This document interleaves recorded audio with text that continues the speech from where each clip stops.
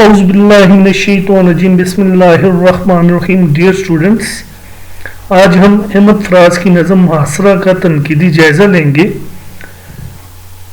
اس نظم کا پہلا شعر ملاحظہ کریں. میرے غنیم نے مجھ کو پیام بھیجا ہے کہ ہلکا زن ہے میرے گرد لشکری اس کے. ڈیئر اسٹوڈنٹس، سب سے پہلے ہم احمد فراز کے حوالے سے پڑھتے ہیں کہ احمد فراز کون تھے. احمد فراز جو ہیں، ان کا پورا نام سید احمد علی شاہ تھا. آپ 12 جنوری 1931 کو کوہاٹ خیبر پختونخوا کے پاکستان میں پیدا ہوئے. آپ کی وفات 25 اگست 2008 کو اسلام آباد میں ہوئی. آپ کی عمر اس وقت 77 سال تھی. کلمی نام آپ کا فراز تھا. پیشہ اردو شاعری اور آپ لیکچر بھی رہ چکے ہیں. آپ ریڈیو پاکستان سے بھی منسلک رہے اور یونیورسٹی میں لیکچر بھی رہے. نیشنل بک فاؤنڈیشن کے سربراہ بھی رہے. اکادمی ادبیات پاکستان کا پہلا سربراہ بھی آپ ہی تھے. آپ کی قومیت پاکستانی ہے. نسل آپ کی سید ہندکوان ہے. شریعت آپ کی پاکستانی ہے. تعلیم آپ نے ایم اے اور اردو اور فارسی میں کی. اسی کے ساتھ ساتھ اردو اور فارسی میں آپ نے ایم اے کیا ایڈورڈ کالج پشاور میں. تعلیم کے دوران ہی آپ ریڈیو پاکستان کے لیے مختلف قسم کے فیچر لکھنے شروع ہو گئے. آپ نے مادر علمی جو آپ کا ہے وہ پشاور ماڈل اسکول جامعہ پشاور ہے. شاعری کا آغاز، یہ آپ کی عملی زندگی کے آغاز کا دور 1950 سے 2008 تک ہے. آپ نے اردو غزل کے اصناف میں صنف میں اپنا نام آزمایا. موضوع آپ کے عشق اور تحریک مزاحمت کے حوالے سے ہیں. ادبی تحریک میں پروگریسو رائٹرز موومنٹ یا ڈیموکریٹک موومنٹ کے حوالے سے بھی کام کیا. اہم اعزازات میں ہلال امتیاز جو کہ 2004 میں پرویز مشرف کے دور میں انہیں دیا گیا. اس کے ساتھ ساتھ آدم جی ایوارڈ 1966 میں اور اباسین ایوارڈ 1990 میں حاصل کیا. ستارہ امتیاز اور نگار ایوارڈ وغیرہ بھی حاصل کیے. آپ کے 3 بیٹے جن میں سعدی، شبلی اور سرمد شامل ہیں. ڈیئر اسٹوڈنٹس، آپ کی شعری مجموعے جو ہیں، سب سے پہلا جو آپ کا شعری مجموعہ جانا جاتا ہے وہ تنہا تنہا ہے. اسی طرح شب خون، نایافت، میرے خواب ریزہ ریزہ، بے آواز گلی کوچوں میں، نابینا شہر میں آئینہ، درد آشوب اور اے عشق جنوں پیشہ، پس انداز موسم، جانا جانا، غزل بہا نہ کرو، بودلک، خواب گل پریشاں ہے، سب آوازیں میری ہیں، یہ آپ کے شعری مجموعے ہیں. ڈیئر اسٹوڈنٹس، جو ہم آج تنقیدی مطالعہ کریں گے وہ معاصرہ کا کریں گے. معاصرہ کو میم ہے الف صاد رے ہے سے لکھا جاتا ہے، لیکن کچھ لوگ میم عین الف صاد رے ہے بھی پڑھتے ہیں. معاصرہ 1980 کے دہائی کے اوائل میں لکھی گئی. یہ دور ضیاء الحق کا تھا. 1977 سے 1988 تک ضیاء الحق کا دور رہا. اس نظم کی سخت پالیسیوں، اس نظم کا بنیادی موضوع جو ہے وہ یہ تھا کہ اس زمانے میں سخت پالیسیوں اور جمہوریت دشمن انقلابات کیے جا رہے تھے، چونکہ یہ آمریت کا دور تھا. اور ایک مشاعرے میں جب احمد فراز نے اپنی یہ نظم پڑھی تو انہیں گرفتار کر لیا گیا اور اسی دور میں مجبوراً انہوں نے جلا وطنی اختیار کی. اہم نکات معاصرہ کے حوالے سے، اہم نکات ہم دیکھتے ہیں. نظم کا نام معاصرہ ہے اور یہ 1980 کی دہائی میں لکھی گئی. ضیاء الحق کا دور تھا. پس منظر اس کا کیا تھا؟ ڈیئر اسٹوڈنٹس، پس منظر مزاحمتی شاعری، آزادی اظہار پر پابندی کے خلاف احتجاج تھا. ڈیئر اسٹوڈنٹس، اب ہم باقاعدہ طور پہ احمد فراز کی نظم معاشرہ کا تنقیدی جائزہ لیتے ہیں۔ ڈیئر اسٹوڈنٹس، احمد فراز کی نظم معاشرہ اردو ادب کی ان ممتاز مزاحمتی نظموں میں شمار ہوتی ہے جو جبر، آمریت، فکری غلامی اور آزادی اظہار کے قدغن کے خلاف ایک توانا اور باوقار احتجاج بن کر سامنے آتی ہیں۔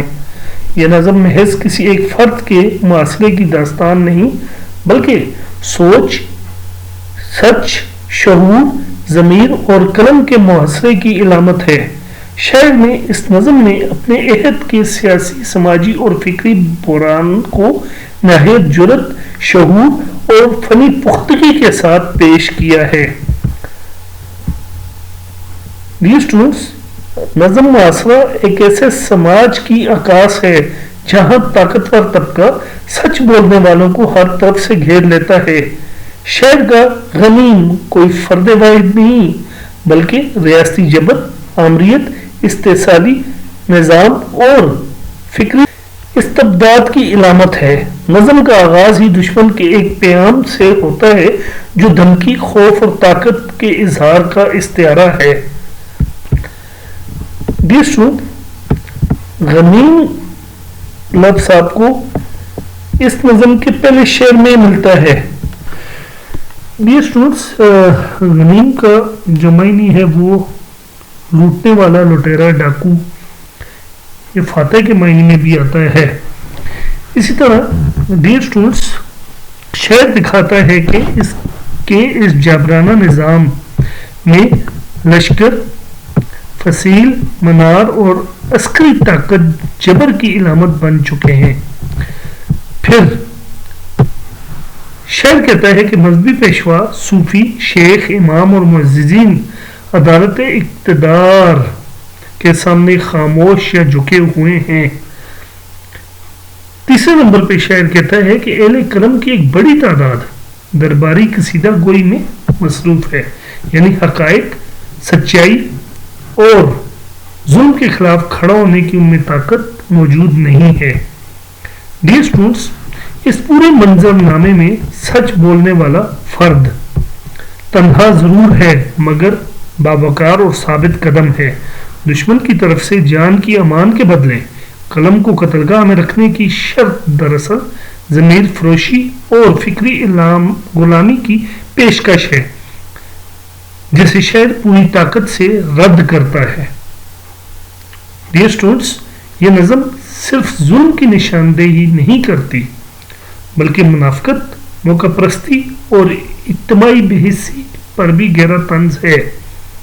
یعنی جو لوگ دل میں برا کہہ رہے ہیں لیکن بظاہر اس چیز کو برا نہیں کہہ رہے کہ امریت کا یہ دور جو جمہوریت کو کچل رہا ہے اور جمہوریت کے حامیوں کے ساتھ ہر قسم کے ظلم اور تشدد میں پیش ہے، لیکن اس زمانے میں بھی لوگ اس دور میں بادشاہ کے قصیدے پڑھ رہے ہیں۔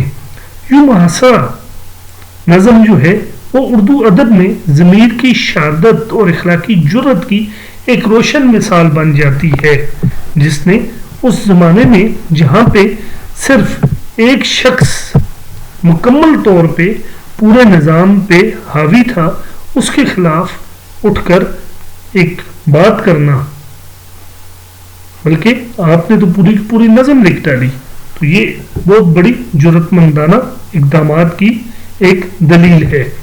ڈیئر اسٹوڈنٹس، اب ہم فکری جائزہ لیتے ہیں کہ نظم کا فکری جائزہ کیا ہے۔ ڈیئر اسٹوڈنٹس، نمبر 1 پہ الف پہ ہمارے پاس جبر اور مزاحمت کا تصور پیش کرتی ہے نظم۔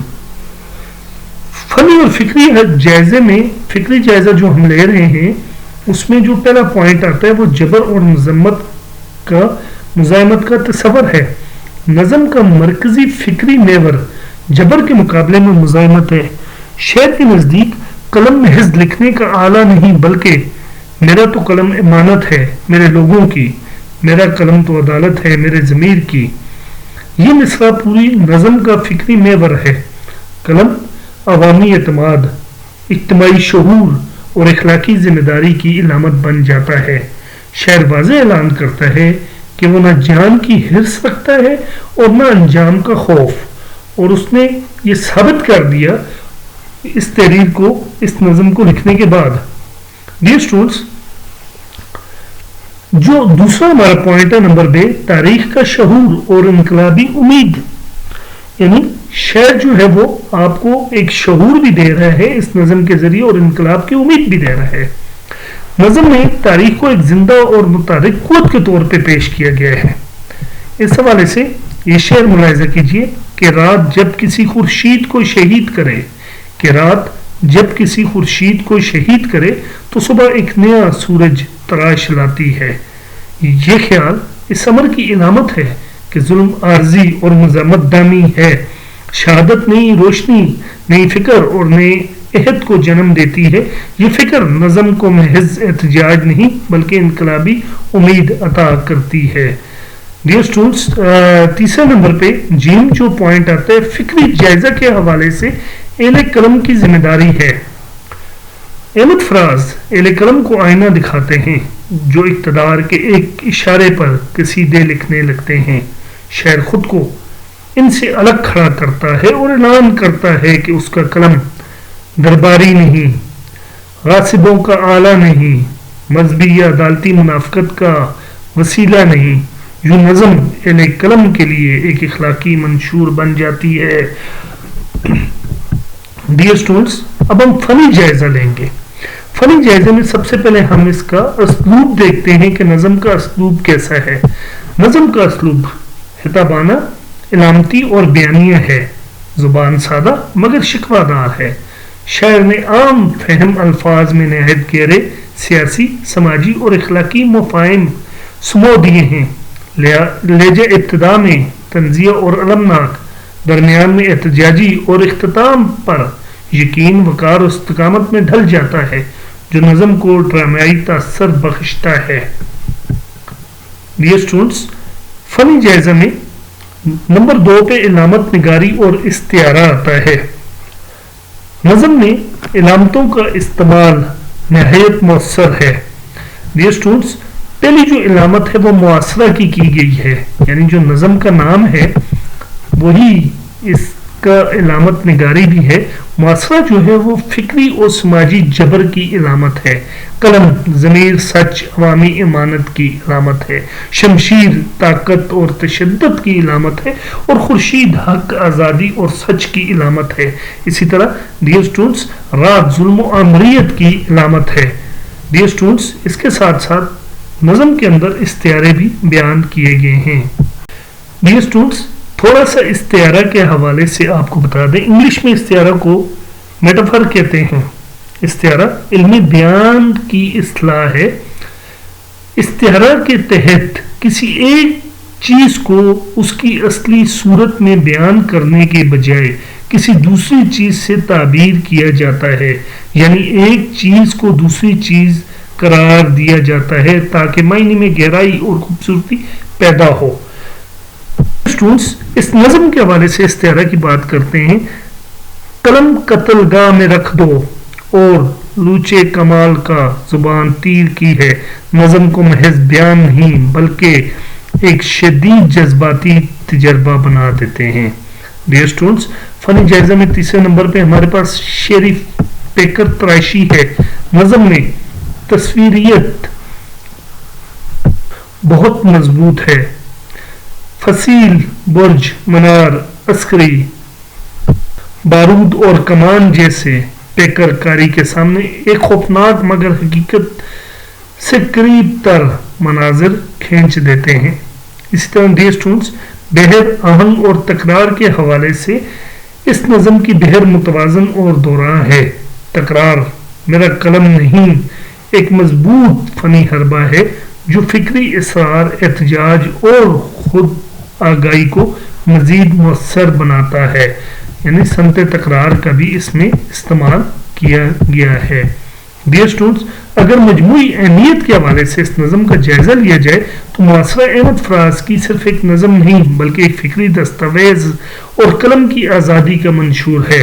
یہ نظم ہر اس دور میں تازہ محسوس ہوتی ہے جہاں یا جس دور کے اندر ڈیئر اسٹوڈنٹس آپ کو آزادی اظہار خطرے میں لگ رہی ہو، قلم آزمائش میں ہو، ضمیر کو خریدنے کی کوششیں کی جا رہی ہوں، یہ نظم ہمیں یہ افاقی پیغام دیتی ہے: قلم اگر زندہ رہے تو معاشرہ ٹوٹ جاتے ہیں، قلم اگر زندہ رہے تو معاشرے ٹوٹ جاتے ہیں۔ ڈیئر اسٹوڈنٹس، اب ہم اس نظم کا فائنل سلائیڈ، اس کا خلاصہ دیکھتے ہیں۔ احمد فراز کی نظم معاشرہ فکری گہرائی، فنی پختگی اور اخلاقی جرات کا حسین امتزاج ہے۔ یہ نظم اردو ادب میں مزاحمتی شاعری کا ایک روشن مینار ہے جو اہل قلم کو ہر دور میں اپنی ذمہ داری، ضمیر کی حرمت اور سچ کے ساتھ کھڑے رہنے کا حوصلہ عطا کرتی ہے۔ والسلام ڈیئر اسٹوڈنٹس، جزاک اللہ۔